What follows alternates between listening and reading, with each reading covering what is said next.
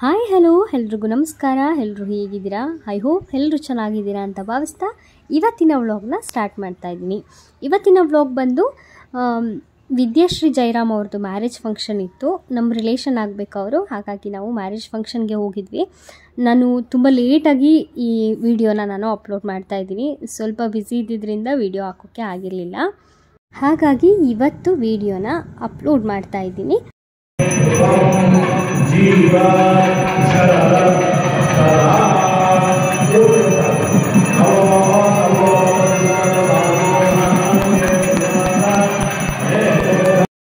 ವಿದ್ಯಾಶ್ರೀ ಜಯರಾಮ್ ಅವರು ಕನ್ನಡ ಚಾನಲ್ನಲ್ಲಿ ಕಾವ್ಯಾಂಜಲಿ ಅನ್ನೋ ಒಂದು ಸೀರಿಯಲ್ನ ಮಾಡ್ತಿದ್ರು. ಸೊ ಎಲ್ರಿಗೂ ಗೊತ್ತೇ ಇರುತ್ತೆ. ಇವರು ಅವ್ರ ಕೋ ಆರ್ಟಿಸ್ಟ್ ಕೂಡ ಅಂಜಲಿ ಅನ್ನೋ ಪಾತ್ರನ ಮಾಡ್ತಿದ್ದವರು. ಅವರು ಕೂಡ ಬಂದಿದ್ದರು. ನಾವು ಮದುವೆ ಎಲ್ಲನೂ ಮುಗಿಸ್ಕೊಂಡು ಮನೆಗೆ ಬರೋ ಅಷ್ಟರಲ್ಲಾಗಲೇ 4 o'clock ಆಗಿತ್ತು. ಮನೆಗೆ ಬಂದಾದಮೇಲೆ ನಾನು ಒಂದು ರೆಸಿಪಿನ ನಿಮ್ಮ ಜೊತೆ ಶೇರ್ ಮಾಡೋಣ ಅಂತ ಹೇಳಿಬಿಟ್ಟು ಅದನ್ನು ಕೂಡ ಆ್ಯಡ್ ಮಾಡಿದ್ದೀನಿ ಇದಕ್ಕೆ. ಮದುವೆ ಎಲ್ಲ ಮುಗಿದ್ಮೇಲೆ ಒಂದಷ್ಟು ಫೋಟೋಸ್ನ ಕ್ಲಿಕ್ ಮಾಡ್ಕೊಂಡ್ವಿ. ಫೋಟೋಸ್ ಎಲ್ಲ ತುಂಬಾ ಚೆನ್ನಾಗಿ ಬಂದಿದೆ, ನೀವು ನೋಡ್ತಿರ್ಬೋದು. ನಂದು, ಹಾಗೆ ನನ್ನ ಮಗಳದು, ಹಾಗೆ ನನ್ನ ಹಸ್ಬೆಂಡ್ದು 3 ಜನದ ಫೋಟೋಸ್ ಕೂಡ ನಾನಿಲ್ಲಿ ಆ್ಯಡ್ ಮಾಡಿದ್ದೀನಿ. ಯಾವ ಫೋಟೋ ನಿಮ್ಗೆ ಇಷ್ಟ ಆಯಿತು ಅನ್ನೋದನ್ನು ಕಮೆಂಟ್ ಸೆಕ್ಷನಲ್ಲಿ ತಿಳಿಸಿ. ಸ್ಯಾರಿ ಡೀಟೇಲ್ಸ್ ಆಗಿರ್ಬೋದು, ಹಾಗೆ ಬ್ಲೌಸ್ ಡೀಟೇಲ್ಸ್ ಆಗಿರ್ಬೋದು. ನಿಮ್ಗೆ ಯಾರಿಗಾದ್ರೂ ಇಂಟ್ರೆಸ್ಟ್ ಇತ್ತು ಅಂತ ಅಂದರೆ, ಯಾರಿಗಾದ್ರೂ ಇನ್ಫಾರ್ಮೇಷನ್ ಬೇಕಿತ್ತು ಅಂತ ಅಂದರೆ ನೀವು ಕಮೆಂಟ್ ಸೆಕ್ಷನಲ್ಲಿ ತಿಳಿಸಿದ್ರೆ ನಾನು ಮತ್ತೊಂದು ವೀಡಿಯೋದಲ್ಲಿ ಅದನ್ನು ತಿಳಿಸೋಕ್ಕೆ ಪ್ರಯತ್ನ ಮಾಡ್ತೀನಿ. ನಾವು ಬರೋ ಅಷ್ಟರಲ್ಲಾಗಲೇ 4 o'clock ಆಗಿತ್ತು. ಅಷ್ಟರಲ್ಲಾಗಲೇ ನೈಟ್ ಡಿನ್ನರ್ಗೆ ರೆಡಿ ಮಾಡೋಣ ಅಂತ ಹೇಳಿಬಿಟ್ಟು ಸ್ವಲ್ಪ ಹೊತ್ತು ರೆಸ್ಟ್ ಮಾಡಿ ಆಮೇಲೆ ಚಪಾತಿ, ಅದ್ರ ಜೊತೆಗೆ ಕ್ಯಾಪ್ಸಿಕಮ್ ಕರಿ ಮಾಡೋಣ ಅಂತ ಹೇಳಿಬಿಟ್ಟು ನಾನಿಲ್ಲಿ ಪ್ರಿಪೇರ್ ಮಾಡ್ಕೋತಾ ಇದ್ದೆ. ಮೊದಲಿಗೆ ನಾನಿಲ್ಲಿ ಒಂದು 4 ಮೀಡಿಯಮ್ ಸೈಜ್ ಆಗೋಷ್ಟು ಟೊಮೊಟೊನ ಹೆಚ್ಕೊಂಡು, ಅದ್ರ ಜೊತೆಗೆ ಒಂದೇ ಒಂದು ದಪ್ಪ ಸೈಜ್ ಆಗುವಂಥ ಈರುಳ್ಳಿನ ಹೆಚ್ಕೊಂಡು ಇಟ್ಕೋತಾ ಇದ್ದೀನಿ. ನಾನಿಲ್ಲಿ ಟೊಮೊಟೊ ಜಾಸ್ತಿ ಹಾಕಿ ಆನಿಯನ್ನ ಒಂದನ್ನು ಯೂಸ್ ಮಾಡ್ತಾ ಇದ್ದೀನಿ. ಯಾಕಂದರೆ ಮತ್ತೆ ನಾನು ಒಗ್ಗರಣೆಗೆ ಆನಿಯನ್ ಹಾಕೋದಿದೆ, ಹಾಗಾಗಿ ನಾನು ಒಂದನ್ನು ಇಲ್ಲಿ ರುಬ್ಬಕ್ಕೆ ಹಾಕೋತಾ ಇದ್ದೀನಿ. ಇದನ್ನು ನೀಟಾಗಿ ನೀರು ಹಾಕ್ತೇನೆ, ಹಾಗೆ ಈರುಳ್ಳಿ ಮತ್ತು ಟೊಮೊಟೊನ ಸ್ಮೂತಾಗಿ ಪೇಸ್ಟ್ ಮಾಡ್ಕೋಬೇಕು. ನಾನಿಲ್ಲಿ ನಂತರ ಒಂದು ದೊಡ್ಡ ಬಾಣಲಿನ ಇಟ್ಕೊಂಡಿದ್ದೀನಿ. ಯಾಕಂತಂದರೆ ನಾವು ಕ್ಯಾಪ್ಸಿಕಮ್ ಮತ್ತು ಈರುಳ್ಳಿನ ಎಣ್ಣೆಯಲ್ಲಿ ಫ್ರೈ ಮಾಡೋದಿದೆ, ಹಾಗಾಗಿ ಸ್ವಲ್ಪ ದೊಡ್ಡ ಬಾಣಲಿನ ಇಟ್ಕೊಂಡ್ರೆ ಒಳ್ಳೆಯದು. ನಾನಿವಾಗ ಸ್ವಲ್ಪ ಒಂದು 2ರಿಂದ 3 ಸ್ಪೂನ್ ಆಗೋಷ್ಟು ಎಣ್ಣೆನ ಹಾಕ್ಕೊಂಡು ಅದಕ್ಕೆ ನಾನಿಲ್ಲಿ ಒಂದು 3 ದಪ್ಪ ಸೈಜ್ ಆಗೋಷ್ಟು ಕ್ಯಾಪ್ಸಿಕಮ್ನ ಹೆಚ್ಚಿಟ್ಕೊಂಡಿದ್ದೀನಿ ದಪ್ಪದಾಗಿ. ಅದ್ರ ಜೊತೆಗೆ ಒಂದು ಆನಿಯನ್ನ ಅದೇ ಸೈಜಲ್ಲಿ ಕಟ್ ಮಾಡಿ ಇಟ್ಕೊಂಡಿದ್ದೀನಿ. ಇದನ್ನು ಫಸ್ಟು ಎಣ್ಣೆ ಹಾಕ್ಕೊಂಡು ಅದ್ರ ಜೊತೆಗೆ ಕ್ಯಾಪ್ಸಿಕಮ್ ಹಾಗೆ ಆನಿಯನ್ನ ಹಾಕ್ಕೊಂಡು ಅದ್ರ ಜೊತೆಗೆ ಸ್ವಲ್ಪ ಉಪ್ಪು ಹಾಗೆ ಸ್ವಲ್ಪ ಚಿಲ್ಲಿ ಪೌಡ್ರನ್ನ ಹಾಕಿ ಬಾಡಿಸ್ಕೊತಾ ಇದ್ದೀನಿ. ಇದು ನಾವು ಒಗ್ಗರಣೆಲೇ ನೀಟಾಗಿ ಬೇಯೋ ಅಷ್ಟು ಬಾಡಿಸ್ಕೋಬೇಕು. 70% ಆಗೋಷ್ಟು ಬೆಂದರೆ ನಮಗೆ ಕರಿ ನೀಟಾಗಿ ಫೈನಾಗಿ ಬರುತ್ತೆ. ಹಾಗಾಗಿ ನಾನಿಲ್ಲಿ ಉಪ್ಪು ಹಾಗೆ ಚಿಲ್ಲಿ ಪೌಡ್ರನ್ನ ಹಾಕ್ಕೊಂಡು ನಾನಿಲ್ಲಿ ಬಾಡಿಸ್ಕೊತಾ ಇದ್ದೀನಿ. ನಾವೇನು ಡಾಬಾಗಳಲ್ಲಾಗಿರ್ಬೋದು ಅಥವಾ ಹೋಟೆಲ್ಗಳಲ್ಲಾಗಿರ್ಬೋದು ತಿಂತೀವಲ್ಲ, ಸೇಮ್ ಟೇಸ್ಟೇ ಬರುತ್ತೆ. ಒಂದ್ಸಲ ಟ್ರೈ ಮಾಡಿ ನೋಡಿ, ಆಮೇಲೆ ನೀವೇ ಕಮೆಂಟ್ ಮಾಡಿ ಹೇಳ್ತೀರಾ ನಿಜವಾಗ್ಲೂ ತುಂಬ ಚೆನ್ನಾಗಿತ್ತು ಅಂತ. ಒಂದ್ಸಲ ಟ್ರೈ ಮಾಡಿ ನೋಡಿ, ನಿಮಗೇ ನಿಜವಾಗ್ಲೂ ತುಂಬ ಇಷ್ಟ ಆಗುತ್ತೆ. ನೀಟಾಗಿ ಚಿಲ್ಲಿ ಪೌಡ್ರ್ ಹಾಕಿದ್ಮೇಲೆ ಒಗ್ಗರಣೆಲೇ ನೀಟಾಗಿ ಒಂದು 10 ನಿಮಿಷ ಆದರೆ ಸಾಕು. ನೀಟಾಗಿ 10 ನಿಮಿಷನೂ ಬೇಕಾಗಲ್ಲ, ಒಂದು 7-8 ನಿಮಿಷದೊಳಗಡೆ ನೀಟಾಗಿ ಬೆಂದ್ಬಿಡುತ್ತೆ. ಅದು ಒಂದು 70% ಆಗೋಷ್ಟು ಬೆಂದರೆ ಸಾಕಾಗತ್ತೆ. ನೋಡಿ ಇಲ್ಲಿ ತೋರಿಸ್ತಾ ಇದ್ದೀನಲ್ಲ, ಇಷ್ಟಾದರೆ ಸಾಕಾಗತ್ತೆ. ತಳ ಹಿಡಿದ್ಬಿಡುತ್ತೆ. ಬೇಯಬೇಕಾದ್ರೆ ನೋಡಿಕೊಂಡು ತಿರ್ಗಿಸ್ಕೊಂಡು ಬೇಯಿಸ್ಕೊಳ್ಳಿ. ಇಷ್ಟಾದರೆ ಸಾಕು. ಇದನ್ನು ಒಂದು ಪ್ಲೇಟ್ಗೆ ಸಪ್ರೇಟಾಗಿ ಎತ್ತಿಟ್ಕೊಂಡ್ಬಿಡೋಣ. ಇವಾಗ ನಾನು ಬೇರೆ ಪ್ಲೇಟ್ಗೆ ಎತ್ತಿಟ್ಕೊತಾ ಇದ್ದೀನಿ ಅದನ್ನು. ಕ್ಯಾಪ್ಸಿಕಮ್ ಇಷ್ಟ ಆಗಲ್ಲ ಅಂತ ಅನ್ನೋರಿಗೆ ಈ ಥರ ಒಂದ್ಸಲ ಕರಿನ ಮಾಡಿಕೊಟ್ಟು ನೋಡಿ, ನಿಜವಾಗ್ಲೂ ತುಂಬ ಇಷ್ಟಪಟ್ಟು ತಿಂತಾರೆ. ಮತ್ತು ಆಮೇಲೆ ಬೇಕು ಅಂತ ಕೇಳಿ ಅವರೇ ಮಾಡಿಸ್ಕೊಂಡು ತಿಂತಾರೆ. ನಾನು ಹೇಳ್ಕೊಡೋ ಮೆಥಡಲ್ಲಿ ಒಂದ್ಸಲ ಟ್ರೈ ಮಾಡಿ ನೋಡಿ, ನಿಜವಾಗ್ಲೂ ನಿಮ್ಗೆ ಇಷ್ಟ ಆಗುತ್ತೆ. ಹಾಗೆಯೇ ನೀವು ಕೂಡ ಇಷ್ಟಪಟ್ಟು ಪದೇ ಮಾಡ್ಕೊಂಡು ತಿಂತೀರಾ.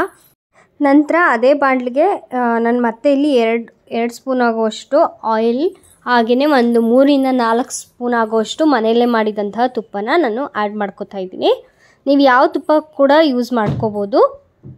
ಎಣ್ಣೆ ಕಾಯ್ದ ಮೇಲೆ ಸ್ವಲ್ಪ ಜೀರಿಗೆ ಹಾಗೆ ಶುಂಠಿ ಬೆಳ್ಳುಳ್ಳಿ ಪೇಸ್ಟ್ನ ನಾನಿಲ್ಲಿ ಆ್ಯಡ್ ಮಾಡ್ಕೊತಾ ಇದ್ದೀನಿ.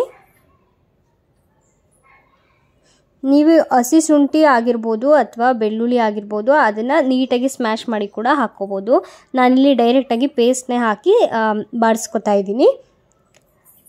ಇನ್ನೊಂದು ಬೆಸ್ಟ್ ಟಿಪ್ ಅಂತ ಹೇಳಿದ್ರೆ ಕರಿ ನೀಟಾಗಿ ಫೈನಾಗಿ ಟೇಸ್ಟಿಯಾಗಿ ಬರಬೇಕು ಅಂತಂದರೆ ಈ ಮೆಥಡನ್ನು ನೀವು ಸ್ಕಿಪ್ ಮಾಡೋಕ್ಕೆ ಹೋಗಲೇಬೇಡಿ. 3 ರಿಂದ 4 ಸ್ಪೂನ್ ಆಗೋಷ್ಟು ಕಡಲೆ ಹಿಟ್ಟನ್ನು ನಾನಿಲ್ಲಿ ಬಳಸ್ತಾ ಇದ್ದೀನಿ. ಡೈರೆಕ್ಟಾಗಿ ಆಯಿಲ್ಗೆ ಹಾಕ್ಕೊಂಡು ನೀಟಾಗಿ ಫ್ರೈ ಮಾಡ್ಕೋಬೇಕು. ಇದಂತೂ ಒಳ್ಳೆ ಟೇಸ್ಟ್ ಕೊಡುತ್ತೆ. ನೀಟಾಗಿ ಅದನ್ನು ಫ್ರೈ ಮಾಡ್ಕೊಂಡಾದಮೇಲೆ ನಾವೇನು ಈರುಳ್ಳಿ ಹಾಗೆಯೇ ಟೊಮೊಟೊನ ಪೇಸ್ಟ್ ಮಾಡಿ ಇಟ್ಕೊಂಡಿದ್ವಲ್ಲ ಅದನ್ನು ನಾನಿಲ್ಲಿ ಸೇರಿಸ್ಕೊತಾ ಇದ್ದೀನಿ.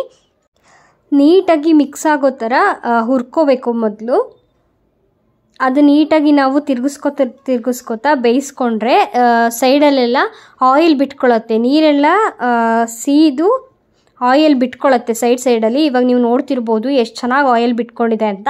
ಈ ಥರ ಆಗೋವರೆಗೆ ನೀಟಾಗಿ ಬಾಡಿಸ್ಕೊತಾನೆ ಇರಬೇಕು. ಈ ಟೈಮಲ್ಲಿ ನಾನು ಸ್ವಲ್ಪ ಧನಿಯಾ ಪೌಡರು, ಚಿಲ್ಲಿ ಪೌಡರು, ಹಾಗೆ ಅರಿಶಿನ, ಗರಂ ಮಸಾಲ, ಹಾಗೆ ಸ್ವಲ್ಪ ಉಪ್ಪನ್ನು ಸೇರಿಸ್ಕೊತಾ ಇದ್ದೀನಿ. ಉಪ್ಪನ್ನು ನೋಡಿಕೊಂಡು ಹಾಕ್ಕೊಳ್ಳಿ. ನಾವು ಕ್ಯಾಪ್ಸಿಕಮ್ನ ಫ್ರೈ ಮಾಡ್ಬೇಕಾದ್ರೆ ಕೂಡ ಉಪ್ಪನ್ನು ಬಳಸಿರ್ತೀವಿ. ನೀವು ಟೇಸ್ಟು ಅನುಗುಣವಾಗಿ ನೀವು ಉಪ್ಪನ್ನು ಬಳಸ್ಕೊಂಡ್ರೆ ಆಯಿತು. ಇದಕ್ಕೆ ಸ್ವಲ್ಪ ನಾನು ಜಾರ್ನ ತೊಳೆದ್ಬಿಟ್ಟು ಅದ್ರ ನೀರನ್ನು ಇಲ್ಲಿ ನಾನು ಬಳಸ್ತಾ ಇದ್ದೀನಿ. ನಿಮಗೆ ಎಷ್ಟು ಗಟ್ಟಿ ಬೇಕು ಅನ್ನೋದನ್ನು ಕರಿ ನೋಡಿಕೊಂಡು ನೀವಿಲ್ಲಿ ನೀರನ್ನ ಆ್ಯಡ್ ಮಾಡಿಕೊಂಡ್ರೆ ಆಯಿತು. ನನಗೆ ಸ್ವಲ್ಪ ಗಟ್ಟಿ ಅಂತ ಅನ್ನಿಸ್ತು, ಹಾಗಾಗಿ ನಾನು ಇನ್ನೊಂದು ಸ್ವಲ್ಪ ನೀರನ್ನ ಇಲ್ಲಿ ಹಾಕೋತಾ ಇದ್ದೀನಿ.